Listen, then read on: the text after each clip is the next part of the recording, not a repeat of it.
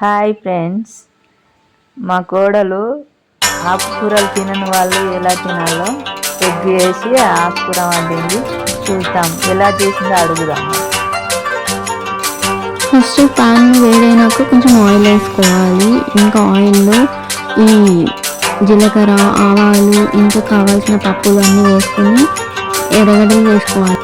వేసుకున్న ఆనియన్స్ బాగా వేగినాక చూసుకున్నాక ఈ ఆకు బాగా క్లీన్ చేసుకొని శనగకు ఆ పాలకు క్లీన్ చేసుకొని కట్ చేసుకొని వేసుకోవాలి. ఇంకా కొంచెం సాల్ట్ వేసేసి మనం మూత పెట్టుకోవాలి. ఒక 10-15 మినిట్స్ వరకు. దాంట్లో నుంచి కొంచెం వాటర్ వస్తాయి కదా, ఆ వాటర్ని కొంచెం ఇంకిపోయేందుకు వేయాలి. ఇంకిపోయినాక కొంచెం తెల్లగడ్డ అది వేసుకోవాలి. నేను లాస్ట్లో వేసాను, నాకు అప్పుడే గుర్తొచ్చింది. ఇంకా దాంట్లో కావాల్సిన కారము, ధనియాల పొడి, ఇంకా కొంచెం సాల్ట్ చెక్ చేసుకోవాలి. అవన్నీ వేసిన తర్వాత తెల్లగడ్డ ఫ్లేవర్ ఇంకా కొంచెం పెంచుకోవాలంటే ఎక్కువనే వేసుకోవచ్చు. నాకైతే సరిపోయింది. ఇంకా 2 ఎగ్స్ వేసుకున్నాను. నాకు ఆ క్వాంటిటీనే సరిపోతుంది.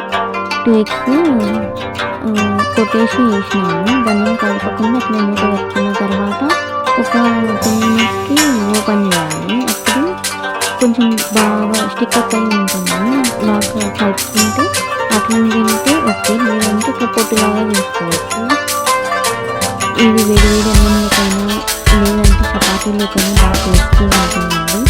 నాకైతే ఇది ఫేవరెట్ అని చెప్పచ్చు. నేను ఆకుకూరలు పెద్దగా తిన్నాను, అందుకని ఇది బాగా ఈజీగా తినొచ్చాను. ఏ పిల్లలైనా ఇట్లా ఆకుకూరలు తిన్నట్టు తినగలను. ఇట్లా చేసి పెట్టండి, టేస్ట్ వద్ద